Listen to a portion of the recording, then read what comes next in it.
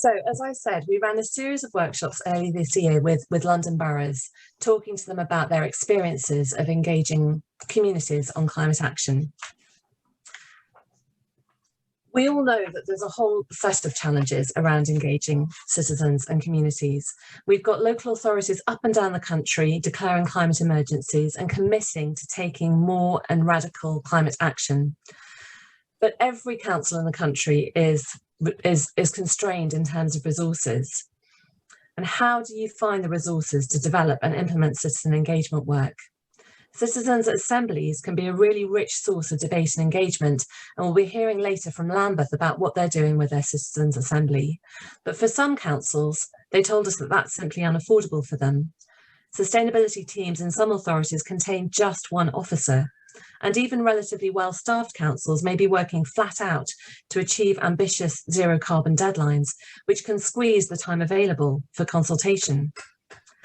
Secondly, councils face a huge challenge in getting ideas and feedback from every corner of the community, often struggling to hear the voices of socially and economically disadvantaged people. Involving outside experts may be necessary to meet this goal, but of course that also comes at a cost. It's also a challenge to coordinate with the vast variety of stakeholders you've got, both within the council and from within the community.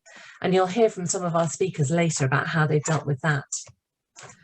So turning firstly to that challenge of how do you get inclusion and get engagement from as many corners of your community as possible. Engagement can often be dominated by small groups of residents. I'm sure many of you will have experienced this, either those who are passionate about climate issues or those who are fiercely opposed to any changes. So key tips coming out of our workshops included the following. First of all, take time to research, map and understand the communities you want to engage with. And when you do make contact with them, don't preach, but take time to listen to them and their concerns.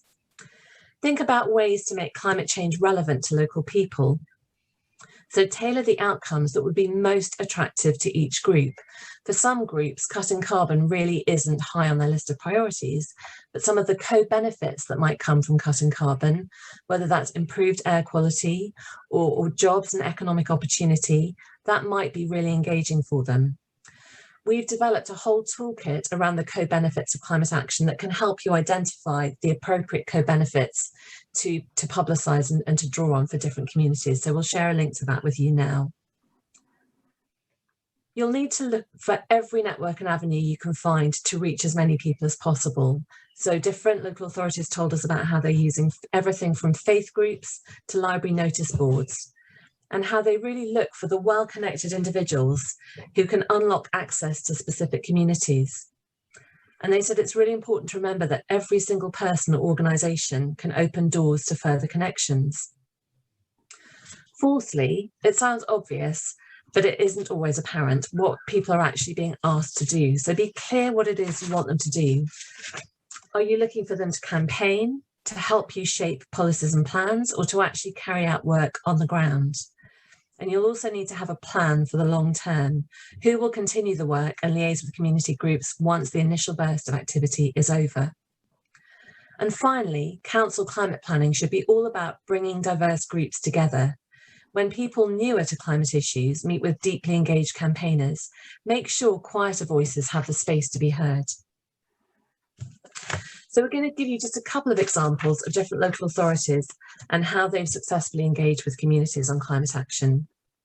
So Waltham Forest in London is implementing a pioneering active travel scheme, which has created over 42 kilometres of segregated cycle track, 31 pocket parks, and more than 200 new road crossings, as well as tree planting, enhanced cycle storage, and more.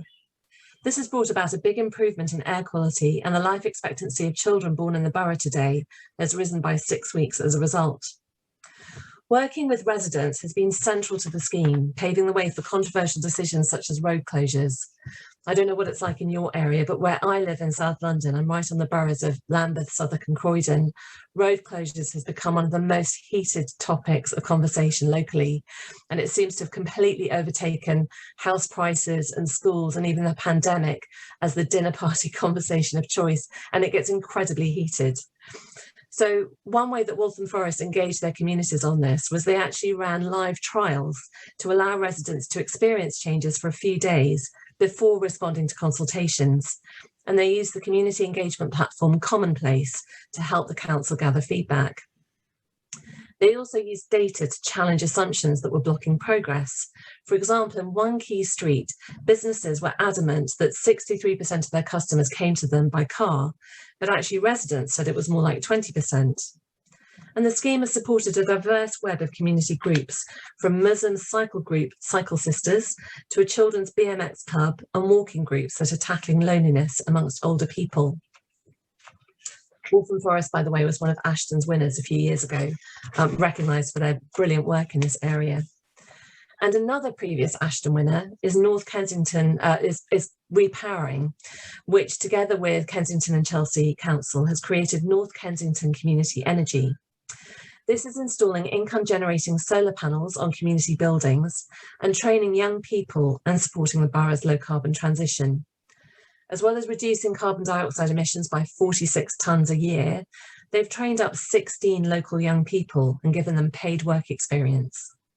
They often work with low-income and Black and minority ethnic communities, groups that many councils struggle to engage in climate issues. Repowering report that there is enthusiasm in these communities for taking action, but they rarely get given practical opportunities to make a difference. Their programme manager says, "We're giving people the chance to do what they already want to do, and there's so much power within the community." And finally, one last Ashden winner to plug for you. And this is talking a little bit about how innovative funding methods can both help to generate the resources to get climate projects off the ground, whilst also deepening community engagement in climate issues. So crowdfunding platform Abundance are experts in green bonds. They offer a range of products that support council-led climate action. And you can invest from as little as £5 in projects that are delivering benefits in your local area. They've raised over £100 million so far, and a quarter of investors are investing £100 or less. They offer councils a platform to engage with residents who are often keen to support further climate action in their area. So they're designed to be easy for councils to operate and offer authorities borrowing at a better rate than the Public Works Loan Board. They might be used to support solar energy parks, for example, or cycleway improvements or other sustainability projects. Two recent Abundance Community Municipal Bonds in Warrington and West Berkshire both reached their £1 million target ahead of schedule. Investors can even choose to feed the returns they'd get from the bond back to the council to support further climate action. So in West Berkshire, for example, any interest donated in this way, it's around £1,000 so far, but it's still very early days, is going towards a biodiversity initiative that's being run in partnership with the Berkshire, Buckinghamshire and Oxfordshire Wildlife Trust. The bonds are particularly attractive for residents at the moment as interest rates are currently so low, so other investment options are less appealing. So that's a canter through some of the highlights of the workshops that we ran earlier this year. And as I said previously, we've got a host of resources on our website that you can access. So please do take a look and hopefully you'll find something there that will help you in your community engagement.